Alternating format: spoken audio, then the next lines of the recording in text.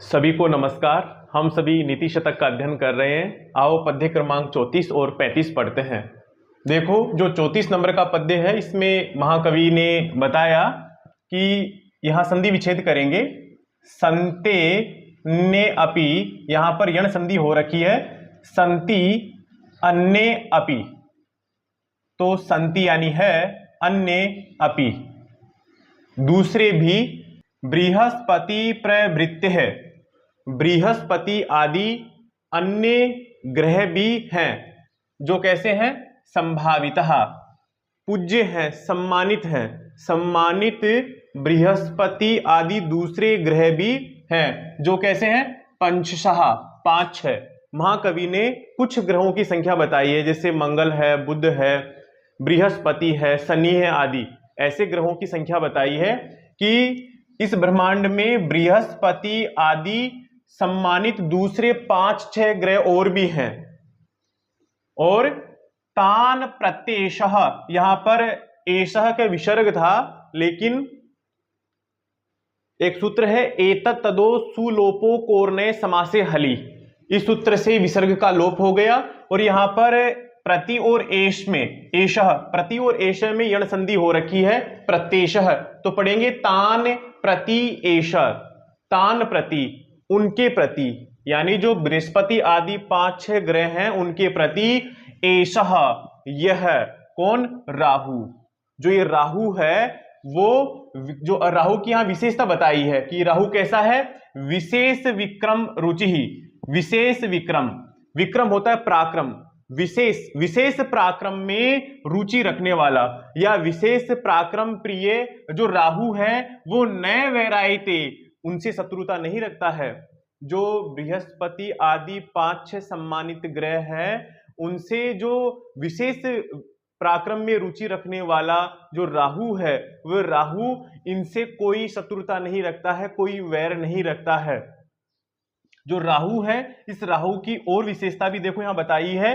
दानवपति शीर्षावशेषाकृति, दानवपति दैत्यराज, दानवों का राजा दैत्यराज जो राहु है। और राहु के लिए और क्या कहा, शीर्षावशेषाकृति, शीर्ष अवशेष आकृति, संधि विच्छेद कर लेंगे, यहां दीर्घ संधि हो रखी है, जिसका शीर्ष, सिर जिनका शेष बचा है, ऐसा दानवपति, दानवों का राजा दैत्यराज जो राहु है वो कैसा है, विशेष पराक्रम प्रिय है।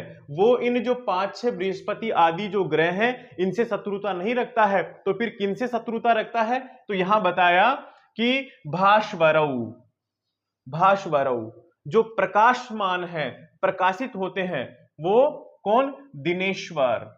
दिनेश्वर जो सूर्य है, दिन का ईश्वर सूर्य है, दिन में जो प्रकाश देता है, ऐसा प्रकाशमान सूर्य। और निशा प्राणेश्वरऊ, निशा यानी रात्रि, प्राण ईश्वरऊ रात्रि का प्राणेश्वर यानी चंद्रमा। सूर्य और चंद्रमा, प्रकाशमान सूर्य और चंद्रमा द्वावेव ग्रसते, द्वावेव ग्रसते, द्वौ एव ग्रसते, संधि विच्छेद कर लेंगे। द्वावेव में यहां पर अयादि संधि हो रखी है, द्वावेव ग्रसते पर्वणि, पर्व काल में, पर्वणि पर्व काल में दोनों को ही ग्रसता है।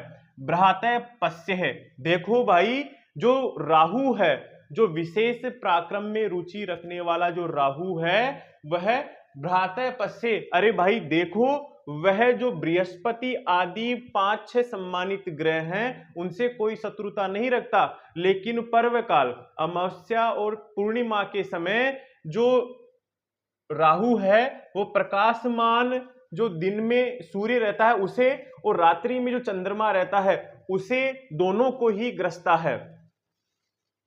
यहां इस पद्य में महाकवि का कहने का भाव ये हुआ कि जो विशेष पराक्रम में रुचि रखते हैं ऐसे व्यक्ति जो और उनसे ज्यादा पराक्रमी हैं उन पर ही आक्रमण करते हैं, उन्हीं से शत्रुता रखते हैं।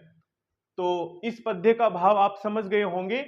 अब देखिए दूसरा पद्य है, इसका हिंदी अर्थ ये है कि शेषः, जो शेष नाग है, ये भारतीय संस्कृति की जो परंपरा है उनके आधार पर इसका अर्थ हम समझने का प्रयास करेंगे कि शेषः, जो शेष नाग है, उस शेष नाग के फणाफलक स्थिताम, यहां पर दीर्घ संधि हो रखी है, फण आफलक स्थिताम।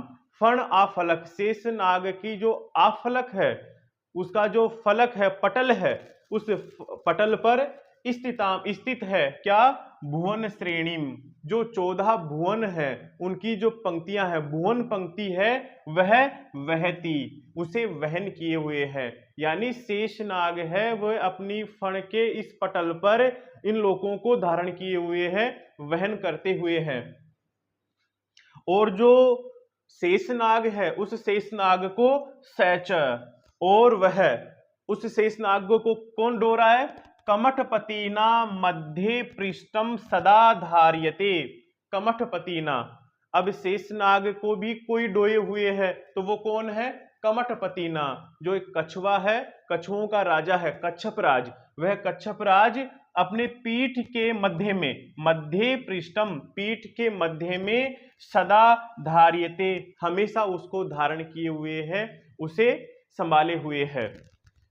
और जो कछुआ है उसे भी तम अपी, उसे भी कुरुते क्रोडाधीनम पयोधीर, यहां पर संधि विच्छेद कर लेंगे, रे का विसर्ग हो जाएगा, पयोधी अनादरात, यहां पर द, इस द में से ए को अलग करेंगे, अह है तो द का तय हो जाएगा, यहां पर जसत्व संधि हो रखी है, तो अनादरात, पयोधी अनादरात, पयोधी जो समुद्र है वह अनादरात, अनायास ही, अनायास ही, क्रोडाधीनम, अपनी गोद में, क्रोड बोलते हैं गोद को, अपने गोद के अधीन किए हुए है। देखो जो शेषनाग है, उस शेषनाग की फण पर जो 14 भुवन है वो स्थित है, 14 भुवनों की श्रेणी स्थित है। और जो शेषनाग है वह कमठपति है, जो कच्छपराज है उसकी पीठ के मध्य में स्थित है। और वह कछुआ भी जो पयोधी है, समुद्र है, उस समुद्र की गोद में है, उसकी गोद में स्थित है। तो फिर महाकवि ने कहा इन उदाहरणों के माध्यम से कि अरे आश्चर्य है, क्या आश्चर्य है, कि महताम, जो महान लोग हैं उनके चरित्र विभूतयः निसीमान हैं, उनकी जो चरित्र विभूति है वो महान है, असीमित है। जो महान लोग हैं उन महान लोगों की जो चरित्र की जो चरित्र संपदा है, वह चरित्र संपदा अनंत है, असीमित है। कहने का भाव ये हुआ कि जो महान लोग हैं वो एक से बढ़कर के एक हैं, और उनकी कोई सीमा नहीं है कि जो उनकी महानता है वो कितनी उच्च है। भारतीय संस्कृति की परंपरा में ऐसा माना जाता है। साइंस की दृष्टि से यह मामला कुछ अलग है,